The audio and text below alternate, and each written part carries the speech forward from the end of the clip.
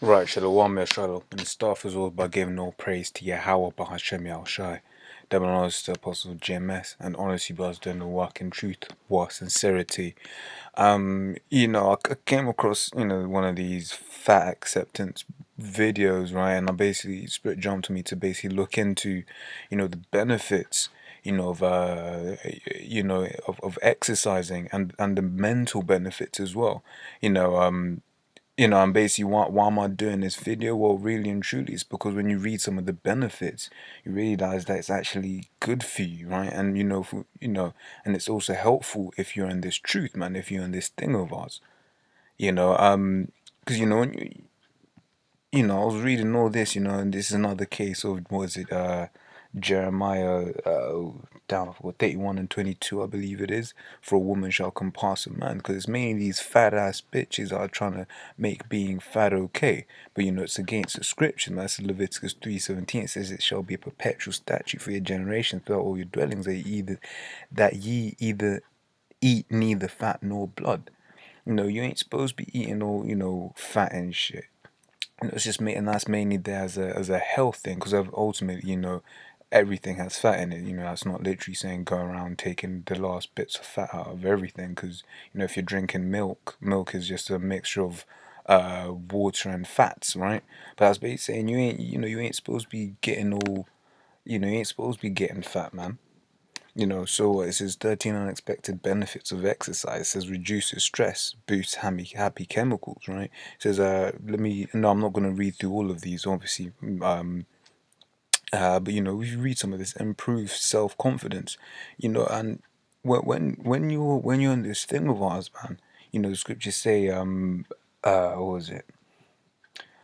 Show yourselves men. Basically, we're supposed to be men in this thing. We're supposed to be alpha males at that. We ain't supposed to be being all beta males or, being depressed and shit in the corner, man. We're supposed to be kings and priests, right? And basically, working out helps with that, right? Prevents cognitive decline, alleviate anxiety, boosts brain power, and that's one of those things, man. Because one of the things we have to do, the scriptures commands us to do, is says study to show ourselves approved. Now, if if you ain't ever got any energy, if you've never got any brain power or anything, you ain't, you're gonna find studying, that little bit harder. This is verse 8. It says sharpens memory.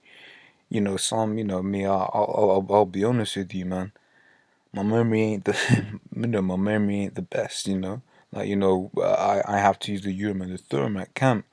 If I'm trying to find a scripture I ain't touched in a minute, right? Help control addiction. And now this one is actually quite good for some of you brothers out there that are coming into this thing, maybe smoking weed, man. Ultimately, you have to pray the Most High, would you call it, removes that demon off of you. Really and truly, you just have to cut that shit. Just go cold turkey. But basically, training helps, control your addictions, right? And you get more done. When and you also go into this, and this kind of goes into the same kind of things: exercise and stress, sharper memory and thinking, higher self-esteem, better sleep, more energy, stronger resilience when faced with mental or emotional challenges in life. Exercise can help you cope in a healthy way instead of resorting to alcohol, drugs, or other negative behaviors that ultimately make your symptoms worse. Now, there ain't nothing wrong with alcohol, but then again, what this is most likely referring to is the overuse of alcohol, right? This is First Corinthians 3:17. Says, if any man defile the temple of the Most High, him shall the Most High destroy. Because ultimately, this body of ours is a temple, man. You ain't supposed to be getting fat, man. That's off. And I'm gonna end with the experiment that Daniel's did, right? It says Daniel's 1 and 12 says, prove thy servants, I beseech thee, 10 days, and let them give us pulse to eat and water to drink. Then let our countenances be looked upon before thee, and the countenance of the children that eat of the portion of the king's meat. And as thou seest, deal with thy servants. Now, talking about meats, and I remember Apostle Ricard basically was like, really and truly, you don't really want to be eating red meat all that much. Because red meat is a lot harder to digest. And if you eat red meat, I think he was like, you should only eat it maybe, I think he said once a month. If anyone remembers the exact, statements, we could post in a comment board, so that brothers, can get it for edification's sake. So it says, verse 14, so he consented to them in this matter and proved them 10 days. And at the end of the 10 days, their countenance appeared fairer and fatter in flesh than all the children who did of the eat of the king's portion. And that's, they were healthier, man. They were a lot healthier, man. And that's why the majority of our people have like heart disease, diabetes, man, because we're all up into this comfort food, man. Because ultimately this isn't our rest.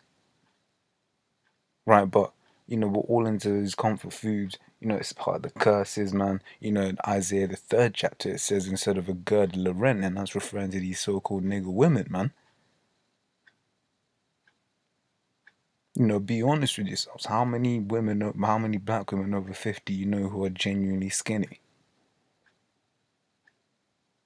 So ultimately it's the curses. But for us, man, and this truth, man, exercising is of some use. But actually, I'm going to finish with 1 Corinthians 15 to quote something that the Apostle Gabar said. So I'll start from verse 50. Says 1 Corinthians 15 and 50 says, now this I say, brethren, that flesh and blood cannot inherit the kingdom of the Most High, neither doth corruption inherit incorruption. But I will show you a mystery: we shall not all sleep, but we shall be changed in a moment, in the twinkling of an eye, at the last trump. For the trumpet shall sound, and the dead shall be raised incorruptible, and we shall be changed. For this corruptible must put on corruption, and this mortal must put on immortality.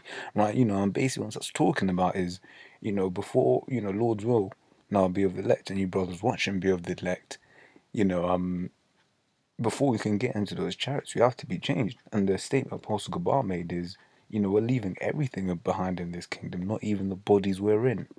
So, if you do start training, don't start making it a thing of vanity, because ultimately this body's going to get destroyed anyway.